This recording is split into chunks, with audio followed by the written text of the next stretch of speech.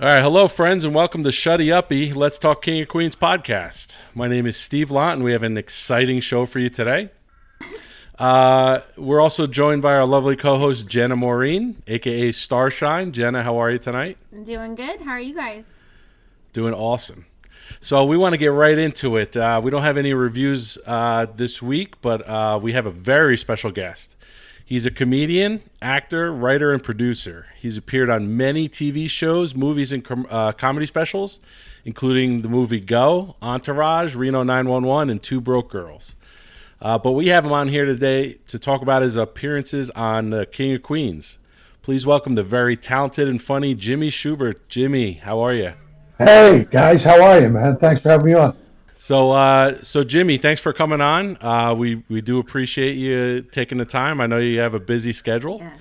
Yeah. So just give us a little bit about what you've been up to lately before we get into the festivities. Well, I'm just a touring comedian. It's I go, just do a lot of comedy clubs. That's how I make my living. I was lucky enough to, do some acting, and but stand up kind of comedy is kind of what I love to do. And so.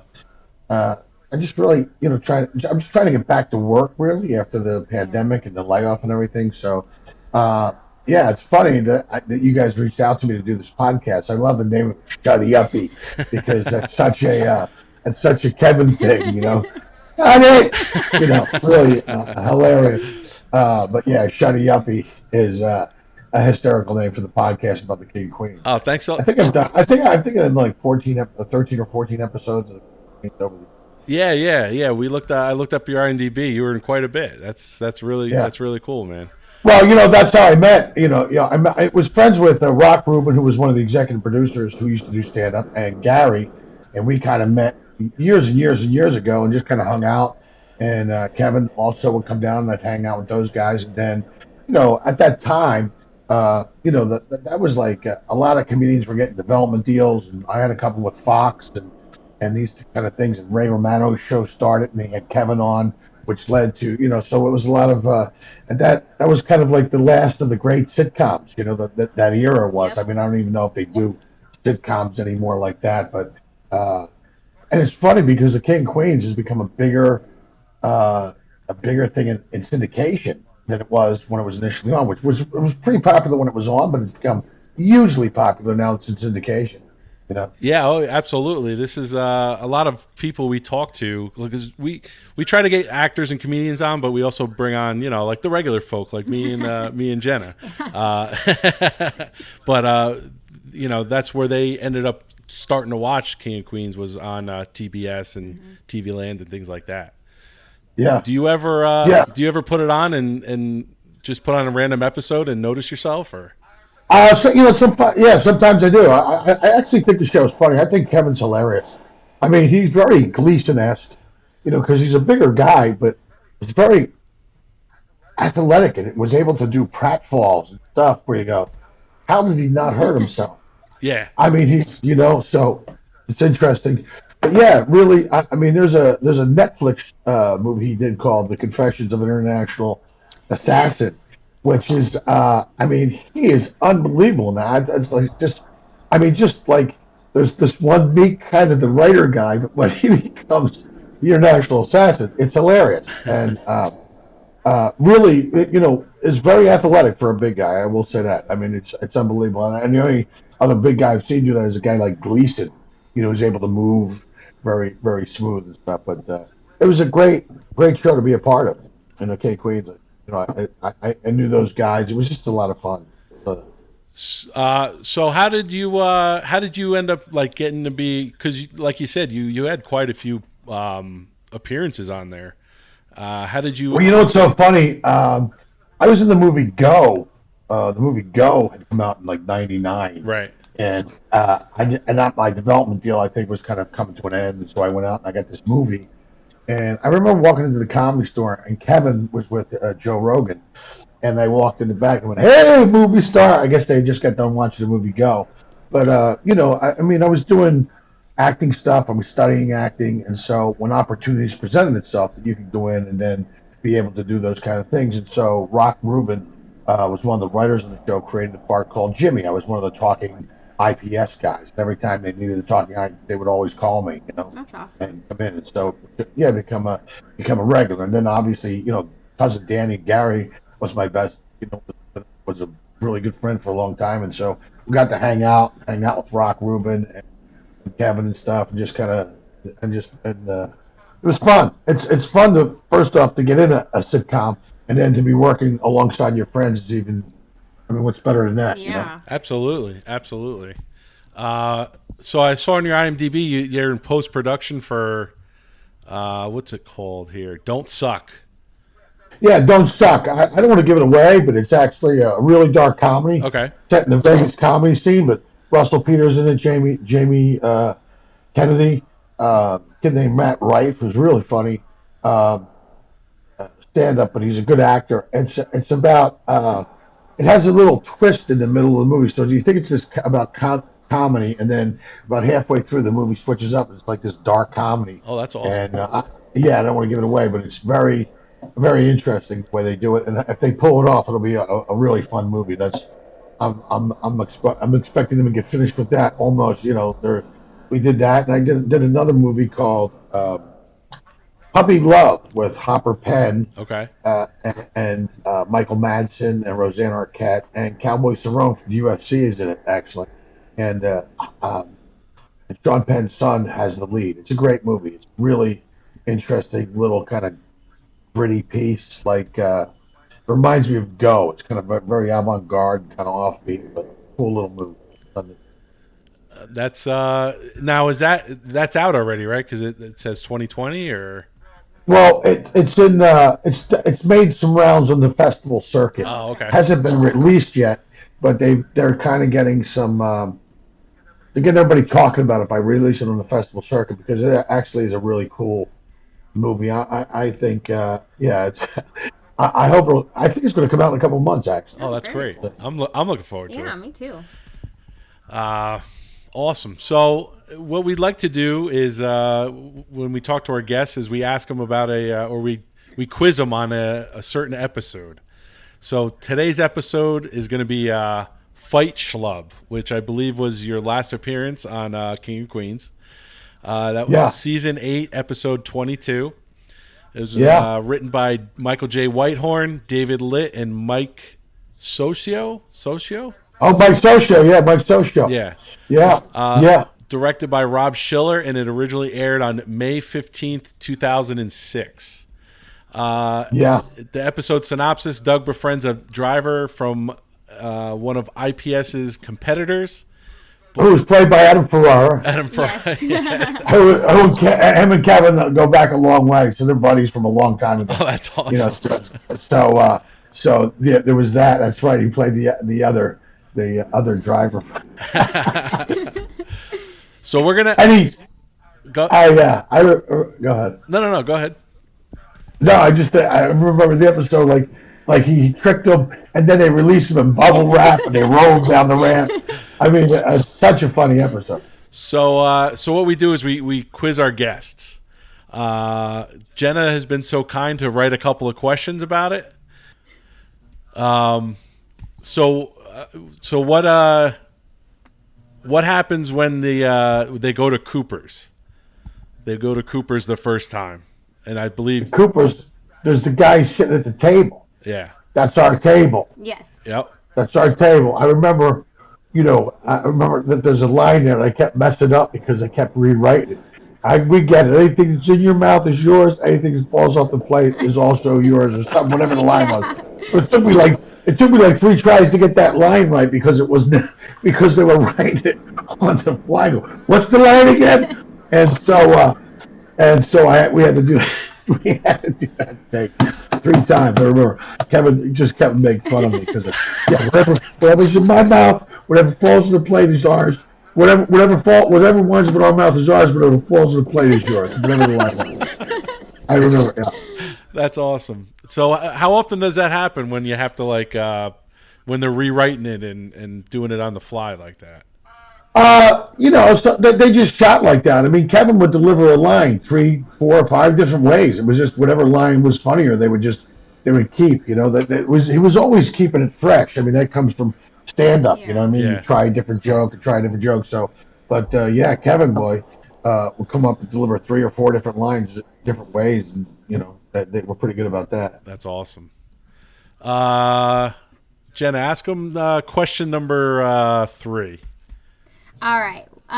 What was the name of the other delivery company? So their rival delivery company. Yeah, it sounded close enough to FedEx, like Fed something, Federal Delivery, or something. It was close enough that you knew, IPS, the other delivery company was close. I don't You don't remember remember that? exactly That's what it cool. was. It was Priority Plus. Priority Plus. There we go.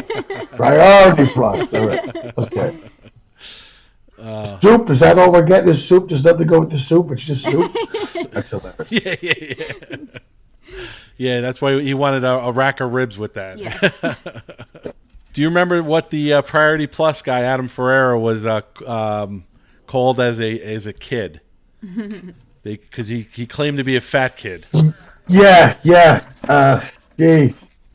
I don't know. Chunky something. I don't know. What was his nickname? But Boy Gorge. Boy Gorge. Oh, that's Boy Gorge. And then he talks him into going to the Neil Diamond Yes. show. Is that it? Absolutely. And that's when they jump him and bubble wrap him. And he goes, "Look, come on, every fat guy falls for the Neil Diamond. Every fat guy loves Neil Diamond. That's just hilarious." So, what about some of your other appearances on? Because you were on what you said about 15. Like, yeah, 13, 14, something. I don't know exactly. I think a little, but yeah, something like that. I mean, after 12, it was. I mean, but it's you know, What was? yeah. I was in the Lou Ferrigno episode where they're watching the Super Bowl. Oh yeah, that was a great. And some other lines. Some other times it was a card game Yeah. kind of episode. Um, Inner Tube, where Kevin falls asleep and dreams about what's on Oh yeah. TV, was one of the episodes. Oh, okay. Yeah, yeah, yeah. He kept like he would fell asleep, and then he's in a honeymooners Yep. episode with Deacon. Yep. You know what I mean? So it was like that was called Inner Tube. It's funny because that actually happens. When you fall asleep and the TV's on, Yeah, yeah. you dream about those things subconsciously work its way into your dreams.